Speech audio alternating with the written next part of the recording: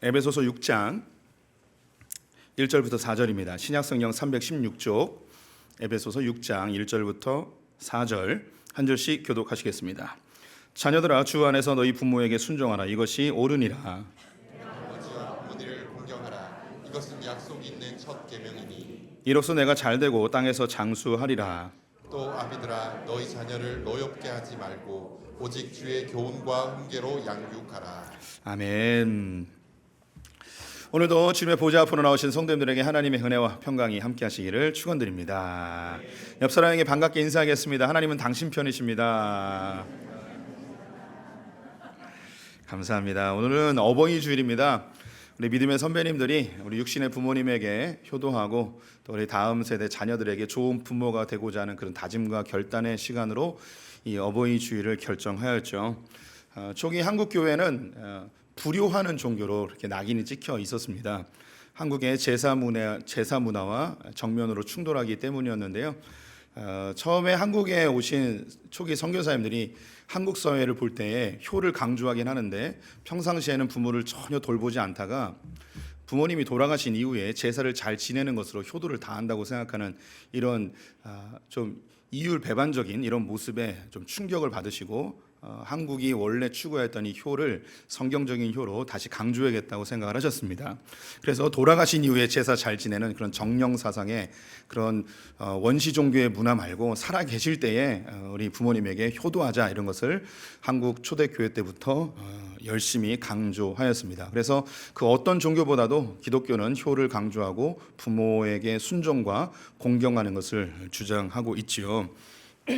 그래서 오늘 어버이 주일을 맞이하여서 효에 대한 이야기 함께 해보도록 하겠습니다. 우리 성도님들 지난 5월 8일이 어버이 날이었습니다. 지난 월요일이었죠.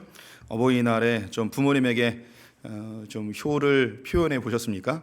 아니면 자녀들에게 좀 감사의 표시를 좀 받으셨는지요? 네. 제가 조사해 보니까 저도 어렴풋하게 기억이 있는데 예전 1980년대에는 그 부모 아버지에게 가장 많이 주었던 선물이 와이셔츠였다고 합니다. 기억나시죠? 한독 셔츠 뭐 이런 거 있잖아요. 나이 드신 분들 기억나실 거예요. 그리고 어머니들에게 주었던 아주 값비싼 선물이 뭐였냐면 숙녀화 이런 게 이제 선물이었다고 합니다. 예전에 회사 다녔던 분들 돈 이렇게 모아가지고 어머니 구두 하나 사드리고 아버지 와이셔츠 하나 사드리고 뭐 이랬던 기억이 있으실 것입니다. 오늘날의 부모님들이 가장 원하는 선물 그리고 자녀들이 부모님에게 많이 주는 선물 매년마다 이런 거 조사하는데 거의 비슷하게 나오는 것 같아요. 2등이 건강식품이고요. 1등은 뭘까요? 예, 맞습니다. 현금입니다. 현금. 저도 어버이날에 어머니에게 현금으로 돈을 드리고 또 저도 둘째 아들에게 돈을 받았습니다. 돈을 받았어요. 자기가 아르바이트하고 용돈 모아가지고 돈을 모아서 엄마 아빠에게 선물을 주었습니다. 편지와 함께. 근데 무려 5천만 원을 주었습니다. 와, 대단하죠. 그래서 5천만 원, 5만 원짜리에 5, 만 원짜리에 만, 5천 원에 5, 1,000원짜리 5천만 원 이렇게 해가지고 합치면 6만 6천 원을 선물로 줬습니다.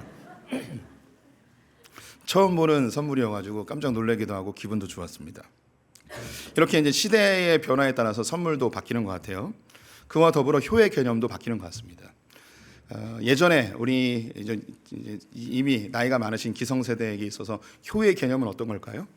저기 계신 분들의 절반 이상이 기성세대들이신데 우리에게 효의 개념은 어떤 거였냐면 제일 먼저 부모님 말씀 잘 듣는 거, 부모님이 하라는 대로 잘하는 거, 이게 가장 큰 효의 덕목이 아니었는가 싶습니다. 또 빨리 직장에 들어가서 부모님에게 짐이 안 되고 용돈 드리고 살림에 보탬되는 사람, 이런 게 효도였던 것 같습니다. 더불어서 빨리 결혼해서 부모님 품에 손주 안겨드리는 것이 가장 큰 효도 중에 하나, 뭐 이런 것이죠. 더 나아가서는 부모님이 나이 들어 경제적인 능력이 없을 때 자녀들이 부모님을 공양하는 것, 함께 모시고 사는 것, 혹은 시부모님을 모시고 사는 것, 이런 것을 중요한 효의 덕목으로, 효의 개념으로 생각했던 것 같습니다. 그런데 이렇게 어버이날 선물이 바뀌었듯이 효에 대한 개념도 오늘 젊은 세대에게는 많이 바뀌어 있습니다. 이것이 조사가 되어져서 제가 그래프를 한번 준비해 봤는데요. 오늘 젊은 세대가 생각하는 효의 개념이 무엇인가? 첫 번째는요, 부모님과 지속적인 교류를 하는 것을 가장 큰 효라고 생각을 합니다. 반대로 부모님과 단절하고 살지 않는 것, 부모님과 연락하고 지내는 것, 이게 가장 큰 효라고 생각을 하고 있는 거죠. 두 번째는 부모의 개인 생활을 존중해 주는 것. 부모님에게 손 벌리지 않고 부모 집에 캥거루족으로 살지 않고 독립해서 사는 그 자체를 젊은 세대는 최고의 효라고 생각을 하고 있다고 합니다. 또 부모님에게 경제적 독립을 하는 것. 그래서 부모님에게 더 이상 용돈 받지 않고 자기 먹을 거는 자기가 알아서 해결하는 것. 이 정도를 효라고 생각하고요. 네 번째, 이게 조금 옛날 기성세대가 이해하는 부모의 미래를 책임지는 것. 함께 모시고 사는 거죠. 그리고 다섯 번째로 부모가 원하는 대로 따르는 것. 이게 기성세대가 생각하는 것과 정반대로 이루어지죠. 제일 낮은 부분이 부모님의 뜻대로 사는 것, 부모님의 말씀대로 사는 것. 이것을 오늘날 젊은이들은 가장 효라고 생각하지 않습니다. 옛날 기성세대는 그것이 가장 큰 효인데요. 그래서 우리 여기 계신 우리 부모 세대들 자녀들이 연락하고 있다, 이러면 효도하고 있다고 생각하시면 됩니다. 어버이날인데 연락도 안 왔다, 이러면 이제 후레자식이지만 전화라도 왔다, 뭐 용돈도 필요 없고 전화 왔다, 어머니 오늘 어버이날인데 전화 드렸어요. 이 전화 한 통으로 그 아이들은 뭐라고 생각하냐면 효도 다 하고 있다고 생각을 하고 있는 거예요. 시대가 이렇게 많이 바뀌었습니다. 그러면 부모님과 함께 시간을 보내고 함께 교류하는 것을 최고의 효도라고 생각하는 오늘날 젊은이들은 그럼 부모님과 어떻게 교류하고 어떻게 시간을 보내기 원하는지 그것도 조사를 해봤습니다. 첫 번째가요, 국내외 여행을 같이 가는 거, 취미 활동 같이 하는 거, 그리고 정기적으로 식사하는 거, 가족 사진 찍는 거, 좋은 호텔에서 함께 시간 보내는 거, 백화점에서 함께 쇼핑하는 거. 이게 젊은 세대가 생각하는 부모님과 함께 시간을 보내는 효도라고 생각하는 거예요. 근데 가만히 보면 부모 등골 빼먹으려고 하는 것 같아요. 지 하고 싶은 거 부모 끌어들여가지고 하는 것 같아요. 해외여행 나 혼자 가면 돈 많이 쓰니까 부모 데리고 가면 부모도 쓰겠죠. 취미 활동할 때 나만 쓰지 않고 부모도 쓰고, 정기적으로 식사하면 나 밥 한 번 내면 부모도 한 번 내겠죠. 호텔 가면 호텔비는 내가 내도 밥값은 부모가 내겠죠. 그리고 백화점 가서 쇼핑하면 내가 하나 사주면 너도 하나 사라 하면서 또 사주겠죠. 예, 이게 요즘 젊은 세대의 이제 효도입니다. 여기에 속지 마세요. 해외여행 보내준다 그러면 니네 따로 가고 우리 따로 가고 우리 갈 수 있도록 돈만 줘라, 이렇게 좀 머리를 쓰시면 좋을 것 같습니다. 개인주의 시대가 돼서 그런지 효의 개념도 많이 바뀌게 되었습니다. 이런 효의 개념이 희미해지고 많이 변천되어진 이런 사회 속에서 기독교가 이야기하는 이 효가 여전히 유효한가? 성경이 이야기하는 이 부모 공경, 효의 개념이 여전히 우리에게 필요한 것인가? 이런 것을 한번 고민해 볼 필요가 있습니다. 성경은요, 과거나 현재나 미래나 언제나 진리입니다. 고대 사회에 부모를 공경해야 된다, 이것이 고대 혹은 기성세대 옛날 가치관에 맞는 이야기라면, 그래서 그것이 같은 논조로 이야기하기 때문에 맞다 이야기 하였는데, 지금 효의 개념이 달라졌기 때문에 그것은 틀리다 이야기할 수 없는 거겠죠. 하나님의 말씀은 과거나 현재나 미래나 언제나 동일하고 언제나 진리이십니다. 성경에서 부모를 공경하라, 이 이야기, 부모에게 순종하라, 이것은 지금도 우리에겐 진리로 다가와야 합니다. 그런데 우리 성도님들이 오해하시는 것 중에 한 가지가 뭐냐면, 고대 사회는 부모님 공경을 잘했을 거라고 생각하고 현대 사회는 잘 못했을 거라고 생각을 하는 경향이 있습니다. 인간은요, 역사가 흘러도 절대 변하지 않습니다. 인간은 절대 진화하지 않습니다. 오늘날 부모 공경을 안 했듯이 과거에도 부모 공경 잘 안 했습니다. 왜 성경에서는 부모 공경하라 이야기를 강조할까요? 지지리도 안 하니까. 우리 성도님들, 놀라운 사실 하나 알려드리겠습니다. 성경에는요, 자녀를 사랑하라는 말이 없습니다. 신기하지 않습니까? 왜 성경에는 자녀를 사랑하라는 말이 없을까요? 사랑하라 얘기 안 해도 너무 지나치게 사랑하기 때문에 그것이 오히려 문제인 거죠. 자녀를 지극히 사랑하는 건 오늘도 문제이고 과거에도 문제였고 미래에도 문제가 될 것입니다. 그래서 성경은 자녀를 사랑하라는 말이 없고 자녀에게 주의 말씀과 교훈으로 훈계하라 라고 이야기하죠. 매를 들어서라도 바른 길을 가게 해라. 고대로부터 지금까지 자녀를 너무 지극히 사랑하고 자녀에게 집착하는 것이 오히려 문제가 되니까 하나님의 말씀으로 객관적으로 잘 키우라고 우리에게 교훈하고 있죠. 부모 공경도 마찬가지입니다. 지금 우리가 부모 공경을 하지 않는 시대에 살고 있지만 고대에도 마찬가지인 거예요. 그래서 이걸 지키라고 이야기하는 거죠. 효도는 과거나 현재나 미래나 주님께서 우리에게 이야기하시는 진리입니다. 그렇다면 이 효의 개념을 성경에서 어떻게 알려주고 있는지 그것을 세 가지로 한번 알아보도록 하겠습니다. 첫 번째 1절 말씀 같이 읽어보도록 하겠습니다. 자녀들아 주 안에서 너희 부모에게 순종하라. 이것이 옳으니라. 자녀가 부모에게 순종하는 것은 옳은 것이라고 이야기합니다. 진리라고 이야기하는 거죠. 아멘이라는 거예요. 부모에게 순종하고 부모에게 효도해야 되는 것, 이것은 도덕적으로 윤리적으로 우리가 이미 다 알고 있는 이야기입니다. 그런데 일반 사회에서 그리고 기독교 안에서도 효도에 대한 이유를 이야기할 때 부모가 너희들을 정말 피땀 흘려서 먹이고 입히고 키워줬으니 그 은혜에 대한 보답으로 부모님에게 공경하고 그분을 모시는 것이 당연하지 않냐라고 이렇게 이야기를 합니다. 그런데 이것을 조금만 바꿔서 생각해 보면 부모님이 나에게 해준 게 없다고 해봅시다. 아니 나에게 해준 게 없을 뿐만 아니라 부모님이 나에게 큰 상처를 주고 엄청난 학대 속에서 나를 방치하거나 나를 유린해버리는 그런 엄청난 범죄적인 일까지 나에게 했다고 가정해 보겠습니다. 아니 그뿐만 아니라 내 삶에 지속적으로 나의 것을 빼앗는 고통을 지속적으로 주고 있는 이 부모에 대하여서 우리는 공경할 수 있을까요? 그분께 순종할 수 있을까요? 일반적인 도덕과 윤리에서 이야기하는 부모 공경이 부모님께로부터 받은 은혜에 대한 반응으로 효도를 이야기한다면 우리 가운데 많은 분들은 부모님께 상처받았기 때문에 그분께 받은 은혜가 없기 때문에 효도하지 않아도 된다는 이야기가 돼버립니다. 받은 은혜가 없으니 효도하지 않겠습니다. 그렇게 되면 성경에서 이야기하는 것을 포기해 버리는 것이고 성경에서 우리에게 말씀하신 하나님의 말씀을 버려버리는 게 되겠죠.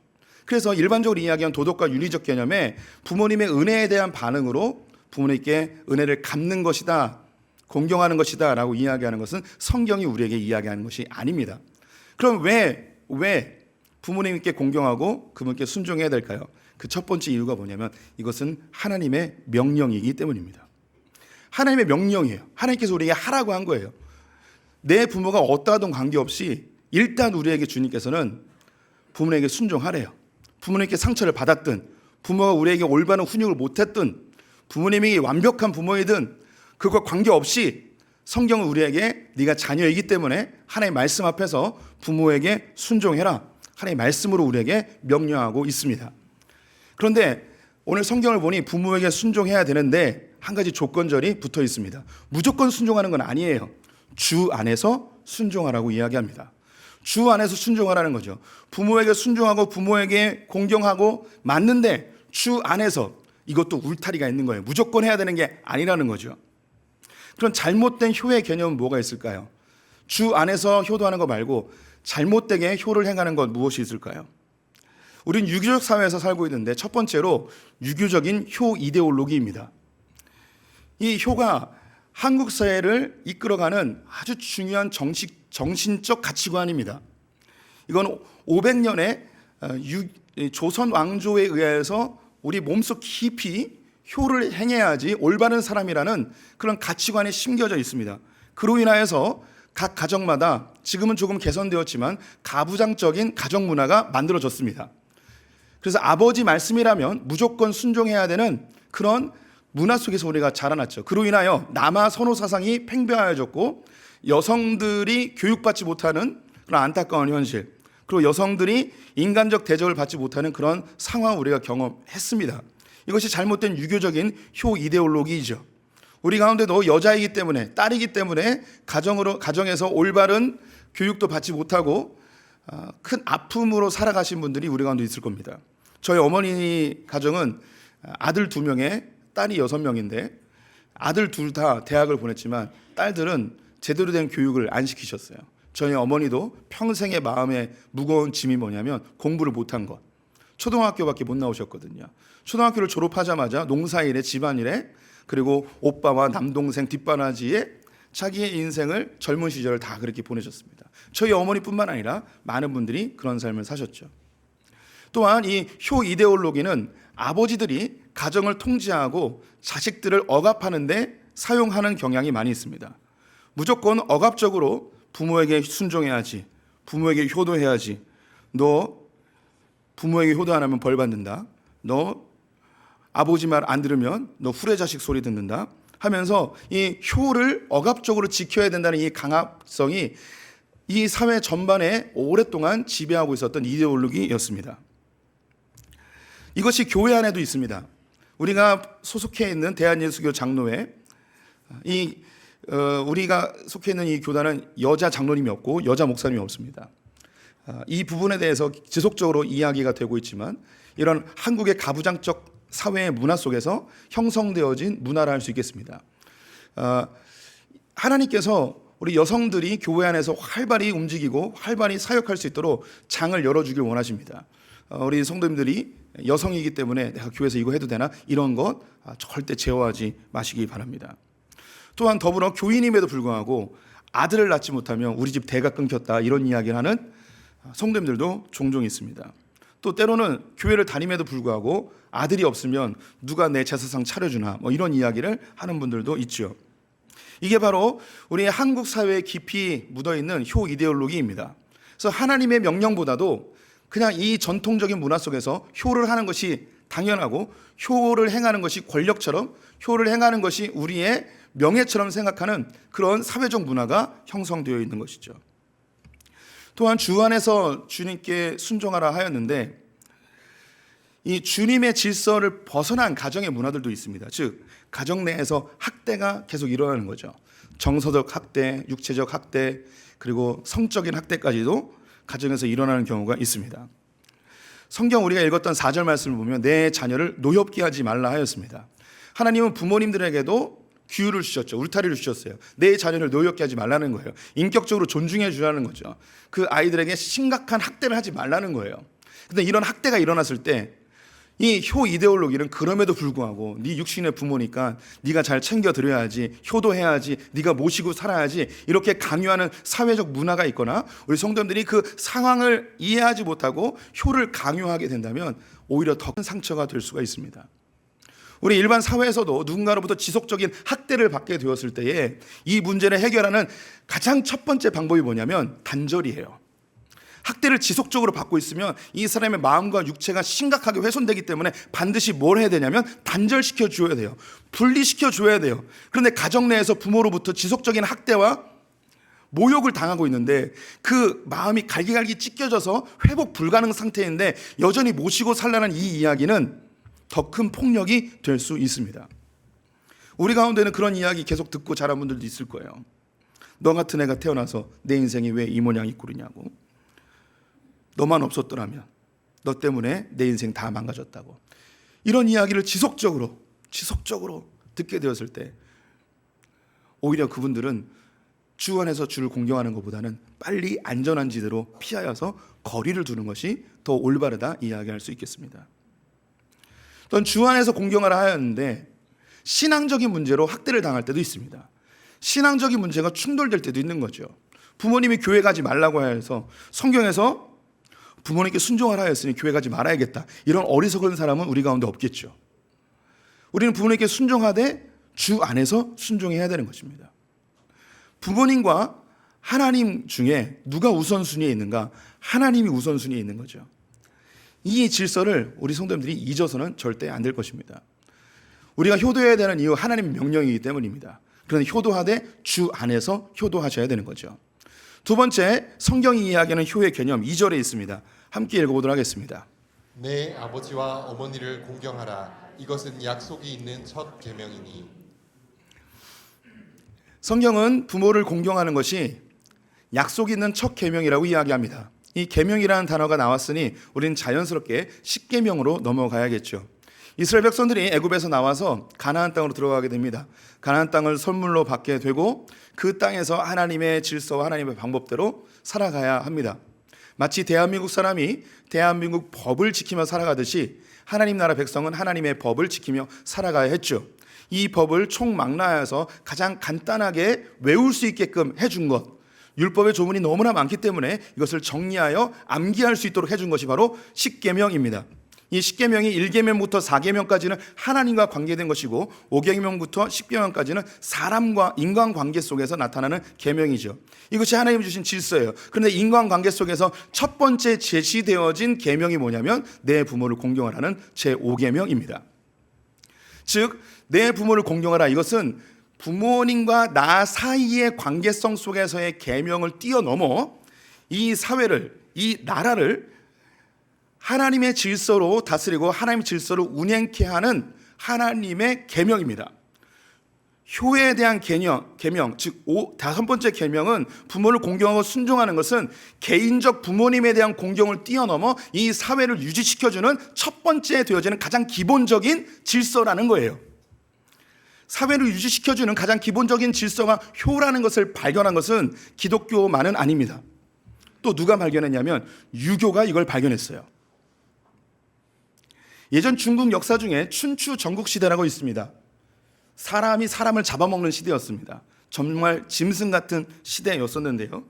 그럼 짐승 같은 시대에 사람으로서 사람답게 살 수 있는 그런 세상을 만들자고 나타난 아주 똑똑한 분이 한 분 있었습니다. 이분이 공자라는 분입니다.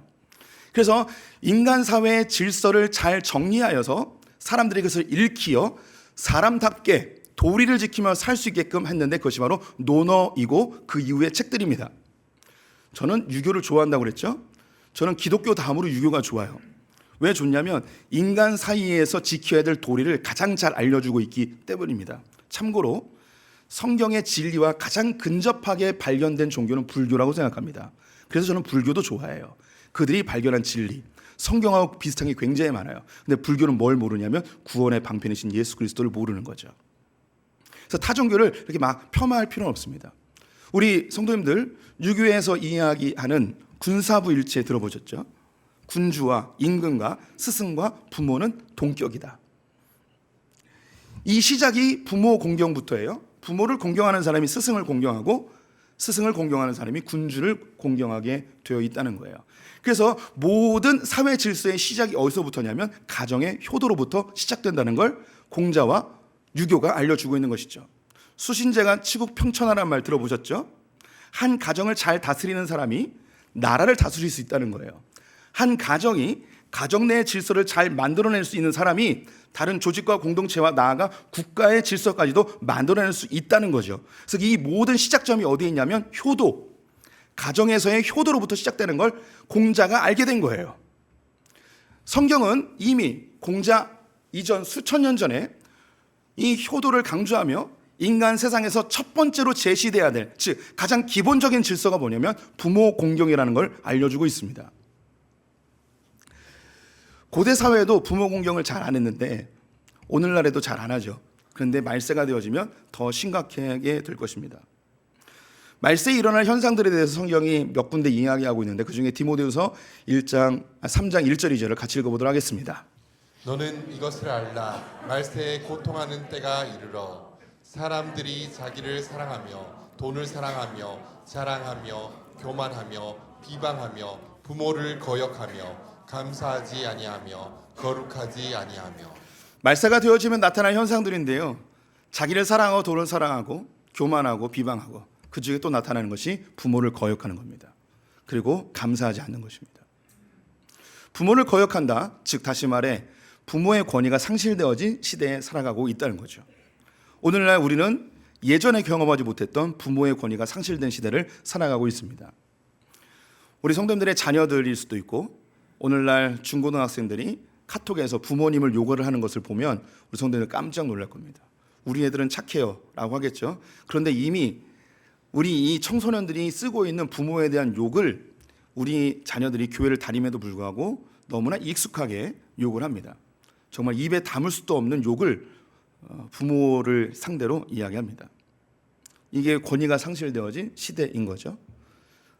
그로 인하여서 부모에 대한 권위가 상실되어지다 보니 선생님에 대한 권위가 상실되었고 또 공권력에 대한 권위가 상실되었고 국가에 대한 권위가 상실되었고 하나님에 대한 권위가 상실되고 성경과 교회에 대한 권위도 상실되어져 가고 있습니다. 이렇게 권위가 상실되어지면 나타나는 현상이 있는데요. 질서가 파괴되면서 거짓과 사이비가 많이 나타납니다. 자기가 권위자인 것처럼 가짜 권위자들이 나타나서 사람들을 미혹하죠. 거짓이 팽배해지는 거예요. 그래서 오늘날 권위가 상실되다 보니 엄청난 거짓들이 이 한국 사회를 뒤덮고 있는 것입니다. 지금 우리가 그런 시대를 살아가고 있어요. 우리는 이 세대를 바꿀 수 없고요. 그리고 이 나라를 바꿀 수는 없습니다. 하지만 우리가 할 수 있는 게 있습니다. 각 가정에서 부모를 공경하는 것을 다시 실천하면 되는 것이고, 내 자녀들이 부모에게 순종하고 공경할 수 있도록 강조해야 되는 것이 필요한 것이죠. 인간은 권위 자체를 싫어합니다. 인간은 절대 진화되지 않습니다. 더 나아지지 않습니다. 옛날에는 권위에게 잘 순종하고 오늘날 권위에게 순종 안 했냐? 아닙니다. 더 심해지면 심해졌을지 다 똑같습니다. 우리가 스포츠 경기에, 농구나 축구 경기에 스타 플레이어가 있을지라도 그 팀에는 반드시 감독이 있어야 됩니다. 이 감독이 이 스타 플레이어보다 경기를 잘 못할 수도 있습니다. 하지만 이 스타 플레이어가 감독의 지도를 받지 아니하면, 감독의 권위에 순종하지 아니하면 이 팀은 오합지졸이 되겠죠. 어떤 경기에서도 승리하지 못하게 될 것입니다. 가끔은 좋은 성적을 낼지라도 장기적으로 보면 이 팀은 반드시 망하게 되어 있습니다. 우리는 조금 부족하고 좀 필요 없어 보이는 그런 감독이 없는 것보다 있는 게 낫습니다.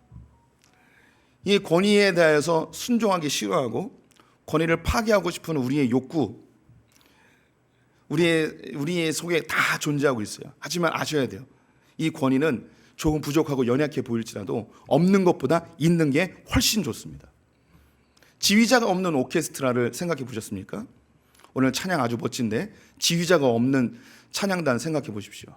아마 여기저기서 삑사리가 났을 것이고, 남자 중에 몇 분은 먼저 튀어나오고 이랬을 겁니다. 지휘자가 완벽해서 노래가 하나로 뭉쳐지는 게 아니죠. 누군가 앞에 서서 지도를 할 때 그 권위에 복종하면 그 팀이 아름다운 하모니를 만들어내는 것이죠. 각 가정에서 내 부모가 완벽한 부모는 없습니다. 다 부족하죠. 연약하죠. 그분들도 애쓰고 있는 거예요. 근데 그 권위에 순종할 때 이 땅의 질서가 하나씩 하나씩 회복되기 시작한다는 것이죠. 세 번째로 성경이 효에 대해 뭐라고 이야기하는가? 3절 말씀 같이 읽어보도록 하겠습니다. 이로써 내가 잘되고 땅에서 장수하리라. 효도하면, 부모에게 순종하면 잘되고 땅에서 장수한답니다. 이건 되게 좋은 말이죠. 네, 다들 아멘으로 화답하리라고 믿습니다. 부모 공경은 나에게 실제적인 유익이 있다는 거예요. 이건 성경이 약속하고 있는 겁니다. 부모 공경은 나에게 실제적인 유익이 있습니다. 내가 잘되고 땅에서 장수한다, 이 말 들으니까 내가 부모 공경하면 유산 많이 물려받아서 막 부자 되나 이런 개념으로 생각하는 분은 없겠죠. 근데 부모 공경하면 주님이 여기에 대한 대가로 나에게 막 돈을 막 쏟아주시고 로또 주시고 막 이런 생각하는 분은 없겠죠. 그런데 부모 공경은 실제적인 우리의 삶의 유익이 됩니다. 대부분의 부모님들은 훌륭하십니다. 일부 예외적인 분들도 있겠지만 여기 계신 분들의 부모님들 거의 대부분이 완벽하진 않지만 대부분 훌륭하세요. 부모님들 자녀들을 위해서 늘 기도하시고요, 늘 애정어린 눈빛으로 사랑해 주시고요, 우리를 챙겨주시고요, 우리를 걱정해 주시고, 그 부모님과 친밀한 관계를 유지한다는 것 자체가 우리에게 엄청난 큰 유익인 거예요. 제가 할머니 돌아가시고 제일 슬픈 게 저를 위해 기도해 줄 분이 사라졌다는 게 제일 큰 슬픔이라고 그랬잖아요. 저희 할머니가 저에게 물려준 유산이 하나도 없어요. 저희 할머니가 물려준 거라면 성경책 한 권, 그것도 물려준 게 아니고 장례식장 갔는데 할머니 성경책이 있어서 제가 그거 가져왔어요. 근데 할머니가 저에게 해주신 것은 평생 저를 위해 새벽마다 기도해 주신 거. 제가 목사라서 그런지 그것처럼 저에게 유익함이 없다고 저는 확신을 합니다. 20세기 들어서 유럽의 많은 나라들이 공산화되었는데요, 그 중에 루마니아라는 나라가 있습니다. 이 루마니아의 독재자 차우체스코, 나중에 군중들에 의해서 처참하게 죽임을 당하기도 했는데, 차우체스코는 공산주의 독재자 중에서도 가장 악랄한 독재자로 꼽힙니다. 이 차우체스코는 악랄함과 동시에 멍청했습니다. 그래서 나라를 완전히 엉망진창으로 만들었고 경제를 파탄시켜 버렸습니다. 그가 결정했던 어리석은 정책 중에 한 가지가 뭐냐면, 전쟁으로 인해서 사람들이 많이 죽었고 또 공산주의 혁명으로 많은 사람이 학살을 당하게 되었습니다. 경제는 파탄되고 일할 수 있는 사람이 많이 없어진 거예요. 그래서 무슨 정책을 썼냐면 낙태 금지, 피임 금지. 그래서 무조건 아기를 많이 낳게끔 한 거예요. 그런데 경제가 파탄돼서 각 가정마다 아기를 키울 수 있는 경제적 상황이 안 되잖아요. 그런데 아기가 생기는 대로 계속 낳게 하는 거죠. 그래서 더 이상 돌볼 수 있는 환경이 안 되니까 이 아이들을 어떻게 했냐면 고아원에 버려버렸습니다. 많은 사람들이. 그 숫자가 무려 10만 명이 되었습니다. 그런데 고아원이 이 버려진 아이들로 막 가득 차게 된 거죠. 아주 밀집된 거예요. 그러면 경제도 파탄되었기 때문에 고아들에게 줄 수 있는 식량도 부족한 거예요. 약들도 부족한 거예요. 봉사할 수 있는 사람도 부족한 거예요. 그러니까 이 아이들이 정말 다닥다닥 붙어서 살다 보니 질병에 많이 노출되는 거죠. 전염이 많이 되는 거예요. 여기서 또 이상한 정책을 씁니다. 이 전염병이 접촉으로 인하여서 전염병이 되기 때문에 모든 고아원에 접촉 금지 명령을 내렸습니다. 접촉 금지 명령이 뭐냐면 보모들이 아이들을 만지면 안 돼요. 아이들끼리도 만지지 못하게 한 거예요. 정말 공장에서 아이를 키우듯이 그렇게 키워냈습니다. 이 루마니아에 이 고아 10만 명 이상이 배출됐다는 이야기를 서방 세계가 알게 되어서 많은 유럽 국가들과 미국에서 이 루마니아 고아들을 입양하게 됩니다. 그런데 이 아이들이 사춘기에 접어들면서 15년쯤 지났을 때 무슨 일이 벌어졌냐면 미국과 유럽에서 부모들이 자식에게 무참하게 살해되는 일이 벌어지는 거예요. 여러 곳에서 보니까 공통점이 있었어요. 이 아이들이 루마니아 고아원 출신인 거예요. 그리고 그 가정에서 고양이나 개를 무참하게 죽이는 그런 일들이 벌어졌습니다. 이걸 정신의학자들과 심리학자들이 왜 이런 일이 벌어졌는가 조사를 해봤더니 이 고아원에서 그 누구에게도 터치, 즉 사랑 어린 손길을 한 번도 경험하지 못한 이 아이들이 정서가 완전히 파괴되어져서 사이코패스적인 성향이 나타나게 됐다는 걸 알게 된 거예요. 그 전까지 많은 학자들이 인간의 터치, 즉 사랑스러운 접촉이 얼마나 유익한지를 연구하려고 하였지만 뭐 파편적인 연구만 있었지 이런 집단적인 연구가 없었는데 차우체스코가 이 멍청이가 멍청한 정책으로 이것이 실제로 효과가 있다는 걸 알아내 버린 거죠. 사랑스러운 터치, 친밀한 관계, 이건 우리의 마음을 따뜻하게 해줍니다. 우리를 사람답게 만들어줍니다. 범죄를 예방하고 상처를 극복하고 쓰러진 자들이 빨리 일어날 수 있도록 힘과 용기를 불어넣어 주는 거예요. 그런데 우리의 인생 가운데 나랑 가장 밀접한 사람이 누굴까요? 배우자가 아닐 때도 많습니다. 하지만 언제나 무조건적인 사랑을 해주는 부모님, 부모님의 따뜻한 손길, 따뜻한 품, 그분의 따뜻한 격려, 위로, 기도, 부모님과의 친밀한 관계는 실제적인 우리의 유익이 되는 거예요. 이것이 나를 잘되게 하고 내가 이 땅에서 요절하지 아니하고 장수할 수 있게끔 나를 건강하게 만들어주는 가장 중요한 요소가 된다는 거죠. 부모 공경은 실제적인 유익이 됩니다. 우리 가운데 부모님이 일찍 돌아가신 분들도 계실 것이고 부모님과 이런 친밀한 접촉을 할 수 없을 만큼 그런 큰 아픔이 있는 분들도 있을 겁니다. 어떤 때는 이미 돌아가셨지만 돌아가신 분임에도 불구하고 여전히 내게 상처를 주는 분이 있어요. 아버지, 어머니 그 이름만 불러도 여전히 마음이 아픈 분들이 있을 수 있습니다. 그런데 우리 성도님들 그 아픈 관계를 해결하지 않으면 내가 잘 되지 않습니다. 그 어려운 관계를 회복하지 않으면 내가 이 땅에서 평안하게 살 수가 없습니다. 반드시 그 부분이 해결이 돼야 돼요. 용서해야 돼요. 부모가 용서하지 못했다면 우리 자녀들이 부모님을 용서할 수 있어야 돼요. 제 후배 이야기 하나 해드릴게요. 이 친구는 지금 목사가 됐어요. 이 친구를 아주 어린 중고등학교 때부터 보았고 청년부 시절을 같이 보냈습니다. 저를 많이 따라서 자기의 개인적인 이야기도 많이 했는데 20대 때에 자기는 결혼하지 않을 거래요. 왜 결혼하지 않을 거냐고 물어봤는데 자기 아버지가 바람을 폈대요. 자기가 오늘 학교에서 집으로 돌아왔는데 아버지하고 그 상간녀하고 집에 있는 걸 본 거예요. 이게 엄청난 큰 트라우마가 돼서 큰 상처가 됐습니다. 아버지에 대해서 너무 분노하였고 이걸 알게 된 어머니는 이혼하게 되고 어머니는 다시 재혼해서 그렇게 살아가고 있었어요.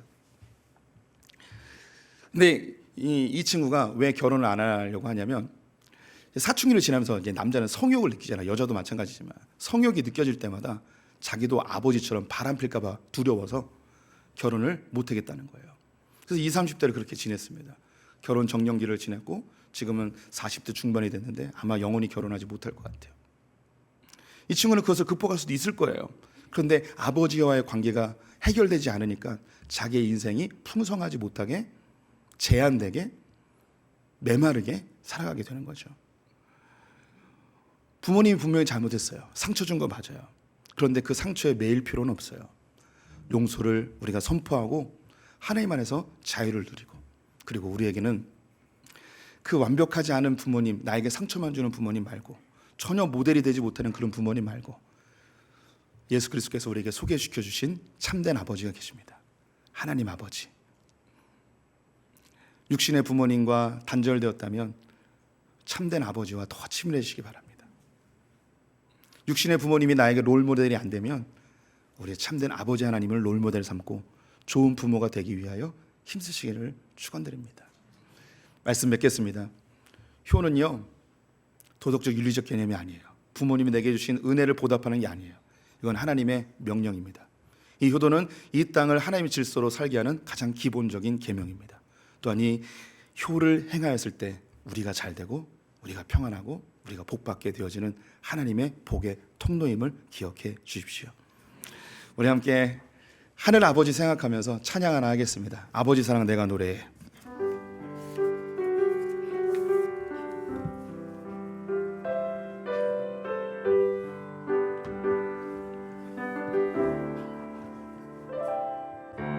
아버지 사랑 내가 노래해. 아버지 은혜 내가 노래해. 그 사랑 변함없으신 거짓 없으신 성실하신 그 사랑 상한 갈 때 꺾지 않으시는 꺼져가는 등불 끄지 않는 그 사랑 변함없으신 거짓 없으신 성실하신 그 사랑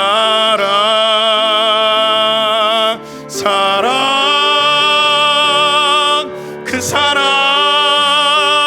날 위해 죽으신 날 위해 다시 사신 예수 그리스도 다시 오신 그 사랑 죽음도 생명도 천사도 하늘의 어떤 권세도 끊을 수 없는 영원한 그 사랑 예수 그 사랑 날 위해 죽으신 날 위해 다시 사신 예수 그리스도 다시 오실 그 사랑 죽음도 생명도 천사도 하늘의 어떤 권세도 끊을 수 없는 영원한 그 사랑 예수. 지금은 우리 주 예수 그리스도의 은혜와 하나님 아버지의 무한하신 사랑과 성령의 교통하심이 부모에게 순종하라는 주의 명령에 따르며 또 이 땅의 질서를 회복할 열정을 가지며 하나님께서 주실 효를 통한 주의 축복을 기대하며 부모에게 복종하고 순종하기로 결정한 그리고 좋은 부모가 되기로 결단한 소풍의 모든 성도들과 우리 자녀들과 저 북에 있는 형제자매들 열방의 선교사님들 위해 지금부터 영원토록 함께 있을지어다. 아멘.